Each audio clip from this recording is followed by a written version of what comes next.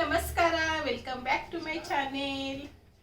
ಇವತ್ತು Saturday, time ಬಂದು ಇವಾಗ ಬೆಳಗ್ಗೆ 11:30 ಆಗ್ತಾ ಇದೆ. ಇನ್ನು ನಮ್ದು ಯಾರ್ದು ಬ್ರೇಕ್ಫಾಸ್ಟ್ ಇಲ್ಲ.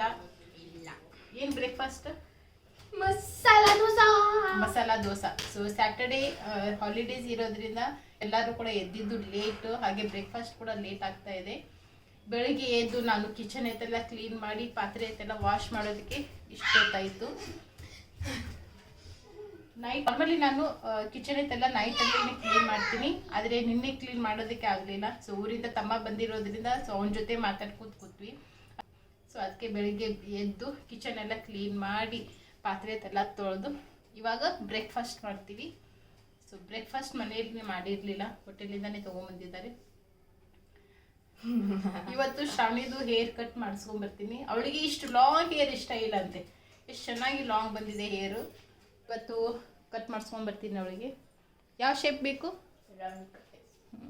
ಲಾಸ್ಟ್ ಟೈಮ್ ನಾನು ಅವಳಿಗೆ ಲೇಯರ್ ಕಟ್ ಮಾಡಿಸಿದ್ದೆ. ಅವಳಿಗೆ ಈ ಟೈಮ್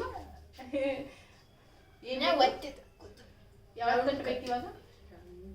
ಅವಳಿಗೆ ಯಾವಾಗ ಬೇಕು?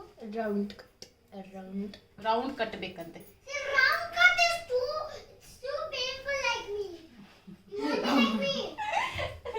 ನಿನ್ ತರ ರೌಂಡ್ ಕಟ್ ಅಲ್ಲ, ಅಕ್ಕನ ರೌಂಡ್ ಕಟ್ ಬೇರೆ.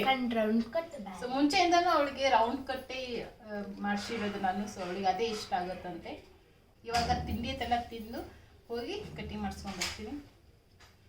ಲಾಸ್ಟ್ ಟೈಮ್ ಕೂಡ ತುಂಬ ಚೆನ್ನಾಗಿ ಮಾಡಿದ್ರು ಅವರು. ಸೊ ಯಾವಾಗೂ ಬಂದು ಈ ಥರ ಕಿಚನಲ್ಲಿ ಕುತ್ಕೋತಾಳೆ. ನಾನು ಏನಾದರೂ ಕುಕ್ಕಿಂಗ್ ಮಾಡ್ತಾ ಇರಬೇಕಾದ್ರೆ ಯಾವಾಗೂ ಬಂದು ಈ ಥರ ಕುತ್ಕೊಂಡು ಮಾತಾಡ್ಕೋತಿರ್ತಾಳೆ. ಸೊ ಮಾಡ್ತಾ ಮಾಡ್ತಾ ಹಾಗೆ ಮಕ್ಕಳ ಜೊತೆ ಟೈಮ್ ಪಾಸ್ ಕೂಡ ಮಾಡ್ಬೋದು ಮಾತಾಡ್ಬೋದು.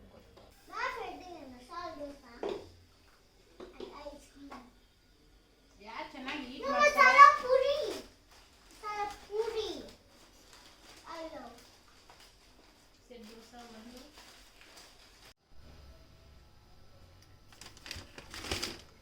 ಅಮ್ಮ ಏನೇನೆಲ್ಲ ಕಳಿಸಿದಾಳೆ ಅಂತ.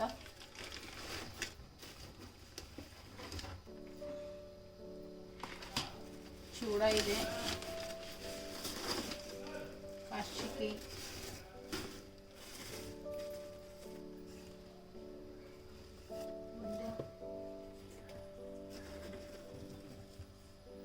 ಖಾರ ಇದೆ,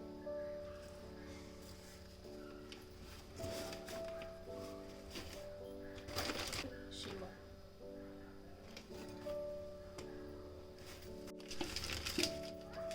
ಆಮೇಲೆ ಜಾಮೂನ್ ಕಳಿಸಿದರೆ. ಜಾಮೂನ್ ಇದೆ.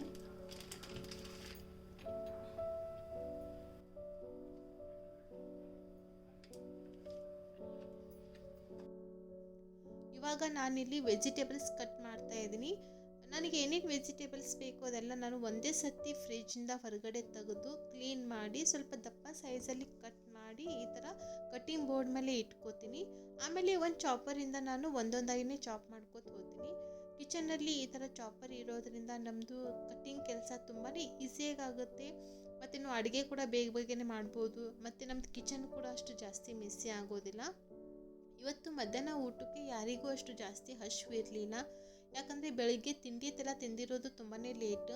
ಹಾಗಾಗಿ ಮಧ್ಯಾಹ್ನಕ್ಕೆ ಸ್ವಲ್ಪ ಲೈಟಾಗಿ ಏನಾದರೂ ಸ್ನ್ಯಾಕ್ಸ್ ಥರ ತಿನ್ನೋಣ ಅಂತ ಹೇಳಿ ಚೂಡ ತಿಂತಾ ಇದ್ವಿ.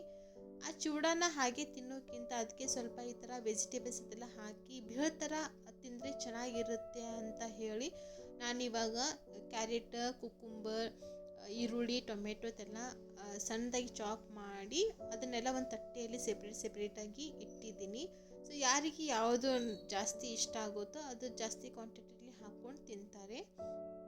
ಮತ್ತು ಸ್ವಲ್ಪ ಕೊತ್ತಂಬರಿ ಮತ್ತು ಲಿಂಬೆಹಣ್ಣನ್ನು ತೊಗೊಂಡಿದ್ದೀನಿ. ನಿಮಗೆ ಇನ್ನೂ ಸ್ವಲ್ಪ ಜಾಸ್ತಿ ಫ್ಲೇವರ್ಫುಲ್ ಸ್ಪೈಸ್ ಬೇಕಂದರೆ ಇದಕ್ಕೆ ನೀವು ಇನ್ನೂ ಸ್ವಲ್ಪ ಪುದೀನ ಚಟ್ನಿ ಹಾಕ್ಕೋಬೋದು. ಮತ್ತು ಹುಣಸೆ ಹಣ್ಣಿನ ಚಟ್ನಿ ಇದ್ದರೆ ಅದನ್ನು ಕೂಡ ಹಾಕ್ಕೊಳ್ಳಿ, ಅದು ಕೂಡ ತುಂಬಾ ಚೆನ್ನಾಗಿರುತ್ತೆ. ಸೊ ನನಗೆ ಅರ್ಜೆಂಟಾಗಿ ನಮ್ಮ ಮನೆಯಲ್ಲಿ ಏನೇನು ಇತ್ತು ಅದನ್ನೇ ಮಾತ್ರ ಹಾಕಿ ಮಾಡ್ತಾಯಿದ್ದೀನಿ. ಇದು ಸೇಮ್ ನೀವು ಹೊರಗಡೆ ಯಾವ ಬೇಳೆ ತಿಂತೀರಾ ಸೇಮ್ ಅದೇ ಟೇಸ್ಟಲ್ಲಿನೇ ಆಗುತ್ತೆ. ಮಕ್ಕಳಿಗೆ ನಾವು ಚೂಡಾನ ಹಾಗೆ ತಿನ್ನೋದಕ್ಕೆ ಕೊಟ್ಟರೆ ಅವರು ಅಷ್ಟು ಇಷ್ಟಪಟ್ಟು ತಿನ್ನೋದಿಲ್ಲ, ಸ್ವಲ್ಪ ತಿಂತಾರೆ, ಹಾಗೆ ಉಳಿದಿರೋದನ್ನು ಹಾಗೆ ಬಿಟ್ಬಿಡ್ತಾರೆ. ಆದರೆ ಈ ಥರ ಎಲ್ಲ ಹಾಕಿ ಮಾಡಿಕೊಡಿ, ತುಂಬಾ ಇಷ್ಟಪಟ್ಟು ತಿಂತಾರೆ. ಹಾಗೆ ತುಂಬ ಚೆನ್ನಾಗಿ ಕೂಡ ಇರುತ್ತೆ. ನೀವು ಕೂಡ ಮನೆಯಲ್ಲಿ ಖಂಡಿತವಾಗ್ಲೂ ಇದನ್ನು ಟ್ರೈ ಮಾಡಿ ನೋಡಿ.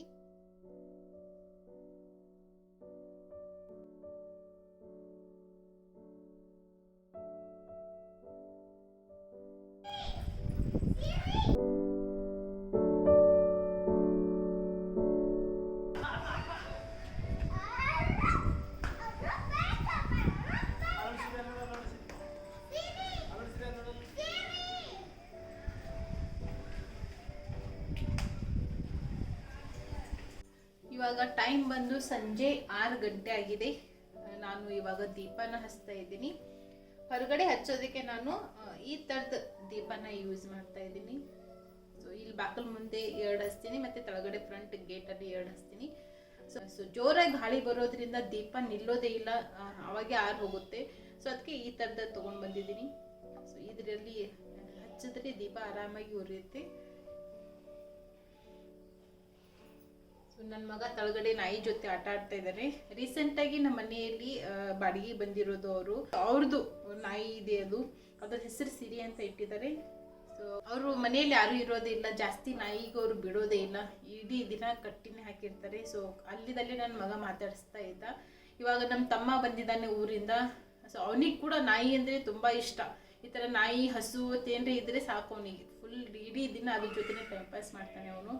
ಸೊ ಅದಕ್ಕೆ ಅವನು ಬಂದಿದ್ದಾನೆ. ಇವಾಗ ಅವನು ನಾಯಿನ ಕರ್ಕೊಂಡು ವಾಕ್ ಮಾಡಿಸ್ತಾ ಇದ್ದಾನೆ. ಸೊ ವಿಶು ಮತ್ತು ಅವ್ರ ಮಾಮ ಇಬ್ಬರು ಕೂಡ ಜೊತೆಯಲ್ಲಿ ಆಟ ಆಡ್ತಾ ಇದ್ದಾರೆ. ಅದ್ರ ಹೆಸರು ಕೂಡ ಚೆನ್ನಾಗಿಟ್ಟಿದ್ದಾರೆ, ಸಿರಿ ಅಂತ. ಸೊ ನಮ್ಮ ತಮ್ಮ ನಿನ್ನೆ ಬಂದನ್ ಹಿಡಿದು ನಾಯಿ ಜೊತೆನೇ ಇದ್ದಾನೆ.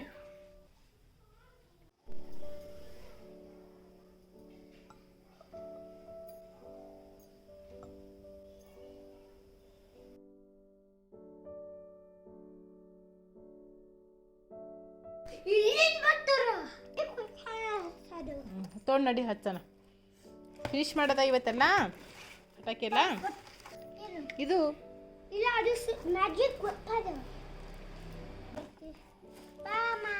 ನಡಿ ಹಚ್ಚನ. ರೆಡಿಯಾ?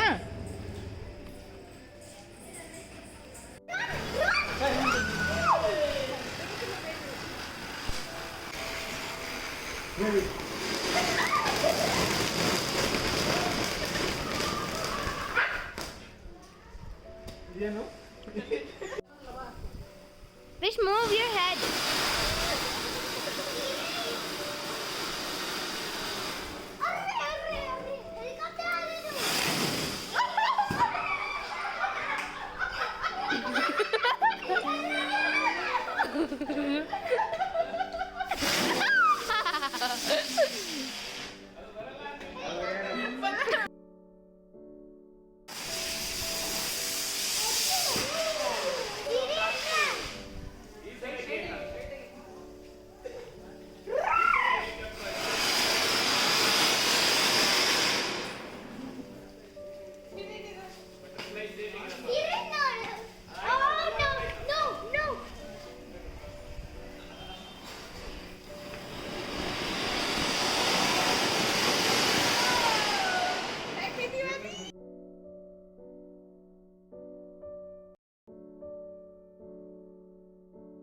We are the most beautiful one ever.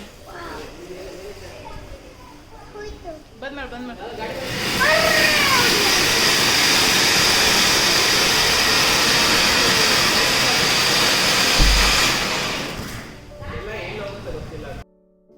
Next ಇನ್ನೂ ಒಂದು ರೆಸಿಪಿನ ನಿಮ್ಮ ಜೊತೆ ಶೇರ್ ಮಾಡ್ಕೋತಾ ಇದ್ದೀನಿ. ವೆಜ್ ನೂಡಲ್ಸ್ ಮಾಡೋದಕ್ಕೆ ಬೇಕಾಗಿರೋಂತಹ ವೆಜಿಟೇಬಲ್ಸ್ ಎಲ್ಲ ನಾನು ಕಟ್ ಮಾಡಿ ಇಟ್ಕೊಂಡಿದ್ದೀನಿ. ಹಾಗೆ ಈ ಕಡೆ ನೂಡಲ್ಸ್ ಕೂಡ ನಾನು ಬಾಯ್ಲ್ ಮಾಡಿ ಇಟ್ಕೊಂಡಿದ್ದೀನಿ. ನೆಕ್ಸ್ಟ್ ಗ್ಯಾಸ್ ಮೇಲೆ ಪ್ಯಾನ್ಗೆ 1 ಟೇಬಲ್ ಸ್ಪೂನಷ್ಟು ಎಣ್ಣೆನ ಹಾಕಿ, ಎಣ್ಣೆ ಬಿಸಿ ಆದಮೇಲೆ ಸ್ಲೈಸಲ್ಲಿ ಕಟ್ ಮಾಡ್ಕೊಂಡಂತಹ 1 ಈರುಳ್ಳಿ, 1 ಟೀ ಸ್ಪೂನ್ ಶುಂಠಿ ಬೆಳ್ಳುಳ್ಳಿ ಪೇಸ್ಟನ್ನು ಹಾಕಿ ಎಣ್ಣೆಯಲ್ಲಿ ಈ ರೀತಿ ಚೆನ್ನಾಗಿ ಫ್ರೈ ಮಾಡ್ಕೊಳ್ಳೋಣ. ಶುಂಠಿ ಬೆಳ್ಳುಳ್ಳಿ ಪೇಸ್ಟ್ ಮತ್ತು ಈರುಳ್ಳಿದು ಹಸಿ ವಾಸನೆ ಎಲ್ಲ ಹೋದ್ಮೇಲೆ ನೆಕ್ಸ್ಟ್ ಇದಕ್ಕೆ ಕ್ಯಾರೆಟ್ ಮತ್ತು ಕ್ಯಾಪ್ಸಿಕಮನ್ನು ಹಾಕ್ಕೊಳ್ಳೋಣ. ಹಾಕಿದ್ಮೇಲೆ ಇವಾಗ ಇದ್ರದ್ದು ಕೂಡ ಸ್ವಲ್ಪ ಹಸಿ ವಾಸನೆ ಹೋಗೋವರೆಗೂ ಇದನ್ನು ಕೂಡ ಫ್ರೈ ಮಾಡ್ಕೊಳ್ಳೋಣ. ಗ್ಯಾಸ್ ಫ್ಲೇಮ್ ಹೈ ಟು ಮೀಡಿಯಮ್ಲೇ ಇಟ್ಕೊಂಡು ಫ್ರೈ ಮಾಡ್ಕೊಳ್ಳಿ. ನಮಗೆ ಇಲ್ಲಿ ವೆಜಿಟೇಬಲ್ಸ್ ಎಲ್ಲ ಸಾಫ್ಟಾಗಿ ಫ್ರೈ ಮಾಡ್ಕೊಳ್ಳೋದಿಲ್ಲ, ಜಸ್ಟ್ ಒಂದು ಕ್ರಿಸ್ಪಿನೆಸ್ ಬರಬೇಕು ಮತ್ತು ಅದ್ರದ್ದು ಹಸಿ ವಾಸನೆ ಹೋಗೋವರೆಗೂ ಫ್ರೈ ಮಾಡಿಕೊಂಡ್ರೆ ಸಾಕು. ಆಮೇಲೆ ಕ್ಯಾಬೇಜನ್ನು ಹಾಕ್ಕೋತಾ ಇದ್ದೀನಿ. ತರಕಾರಿದೆಲ್ಲ ನಾನು ಸೇಮ್ ಒಂದೇ ಕ್ವಾಂಟಿಟಿಲಿನೇ ತೊಗೊಂಡಿದ್ದೀನಿ. ಇದೇ ತರಕಾರಿ ಹಾಕ್ಕೋಬೇಕಂತ ಏನಿಲ್ಲ. ಸೊ ನಿಮ್ಮ ಮನೆಯಲ್ಲಿ ಯಾವುದು ತರಕಾರಿ ಅವೈಲೇಬಲ್ ಇದೆ ಅದನ್ನು ಹಾಕ್ಕೊಳ್ಳಿ. ಇವತ್ತು ನಾ ಮಾಡ್ತಾ ಇರೋದು ನೂಡಲ್ಸ್ ಕ್ವಾಂಟಿಟಿ ಬಂದುಬಿಟ್ಟು ಒಂದು 3ರಿಂದ 4 ಜನಕ್ಕೆ ಆಗೋಷ್ಟಿದೆ. ವೆಜಿಟೇಬಲ್ಸ್ ಎಲ್ಲ ಚೆನ್ನಾಗಿ ಫ್ರೈ ಮಾಡ್ಕೊಂಡಾದಮೇಲೆ ನೆಕ್ಸ್ಟ್ ಇದಕ್ಕೆ 1 ಟೀ ಸ್ಪೂನಷ್ಟು black paper powder, 1 tea spoon dark soya sauce ಮತ್ತು 2 ಟೇಬಲ್ ಸ್ಪೂನಷ್ಟು ಇಲ್ಲಿ ಟೊಮೆಟೊ ಸಾಸನ್ನು ಹಾಕ್ಕೋತಾ ಇದ್ದೀನಿ. ಟೊಮೆಟೊ ಸಾಸ್ ಹಾಕ್ಕೊಳ್ಳಿ ಅಥವಾ ಟೊಮೆಟೊ ಕೆಚಪ್ ಹಾಕ್ಕೊಳ್ಳಿ ಅಥವಾ ಎರಡೂ ಸ್ವಲ್ಪ ಸ್ವಲ್ಪ ಹಾಕ್ಕೊಂಡ್ರೂ ನಡೆಯುತ್ತೆ. ಆಮೇಲೆ ವೆಜಿಟೇಬಲ್ಸ್ ಬೇಕಾಗಿರುವಂಥ ಉಪ್ಪನ್ನು ಹಾಕಿ ಇವಾಗ ಇದನ್ನು ಕೂಡ ವೆಜಿಟೇಬಲ್ಸ್ ಜೊತೆ ಚೆನ್ನಾಗಿ ಫ್ರೈ ಮಾಡ್ಕೊಳ್ಳೋಣ. ಸೊ ಇದ್ರದ್ದು ಕೂಡ ಹಸಿ ವಾಸನೆ ಹೋಗಲಿ. ಆಮೇಲೆ ಬಾಯ್ಲ್ ಮಾಡಿ ಇಟ್ಕೊಂಡಂತಹ ನೂಡಲ್ಸನ್ನು ಹಾಕ್ಕೋತಾ ಇದ್ದೀನಿ. ಇಲ್ಲಿ ವೆಜಿಟೇಬಲ್ಸ್ ಹಾಕ್ಕೋಬೇಕಾದ್ರೆ ಎಲ್ಲ ಒಟ್ಟಿಗೆ ಒಂದೇ ಸರ್ತಿ ಹಾಕ್ಕೊಳ್ಳೋದಕ್ಕೆ ಹೋಗಬೇಡಿ. ಸ್ಟೆಪ್ ಬೈ ಸ್ಟೆಪ್ ಒಂದೊಂದಾಗಿಯೇ ಹಾಕ್ಕೊಳ್ತಾ ಫ್ರೈ ಮಾಡ್ಕೊಳ್ಳಿ. ನೆಕ್ಸ್ಟ್ 2 ಸ್ಪೂನನ್ನು ತೊಗೊಂಡ್ಬಿಟ್ಟು ನೂಡಲ್ಸನ್ನು ನಾನು ಈ ಥರ ಮಿಕ್ಸ್ ಮಾಡ್ಕೋತಾ ಇದ್ದೀನಿ. ನೂಡಲ್ಸ್ ಮಿಕ್ಸ್ ಮಾಡೋವಾಗ ಗ್ಯಾಸ್ ಫ್ಲೇಮ್ ಫುಲ್ ಹೈಯಲ್ಲಿನೇ ಇಟ್ಕೊಂಡು ಒಂದು 5ರಿಂದ 6 ನಿಮಿಷದವರೆಗೂ ಕಂಟಿನ್ಯೂಯಸ್ ಆಗಿ ಈ ಥರ ಮಿಕ್ಸ್ ಮಾಡ್ಕೋತ ಹೋರಿ. ಸೇಮ್ ನಾವು ರೋಡ್ ಸೈಡಲ್ಲಿ ಯಾವ ಥರ ನೂಡಲ್ಸನ್ನು ತಿಂತೀವಿ ಸೇಮ್ ಅದೇ ನೂಡಲ್ಸ್ ನೀವು ಆರಾಮಾಗಿ ಮನೆಯಲ್ಲೇ ಮಾಡ್ಕೊಂಡು ತಿನ್ಬೋದು. ನೂಡಲ್ಸ್ ಮಾಡೋದಕ್ಕೆ ಜಾಸ್ತಿ ಟೈಮ್ ಏನು ಬೇಕಾಗಲ್ಲ. ಸೊ ಮುಂಚೆನೇ ನೀವು ತರಕಾರಿ ಎಲ್ಲ ಕಟ್ ಮಾಡಿ ನೂಡಲ್ಸ್ ಎಲ್ಲ ಬಾಯ್ಲ್ ಮಾಡಿ ಇಟ್ಕೊಂಡ್ರೆ ಸಾಕು. ಒಂದು 10 ನಿಮಿಷದಲ್ಲಿ ನೀವು ನೂಡಲ್ಸನ್ನು ರೆಡಿ ಮಾಡ್ಕೋಬೋದು.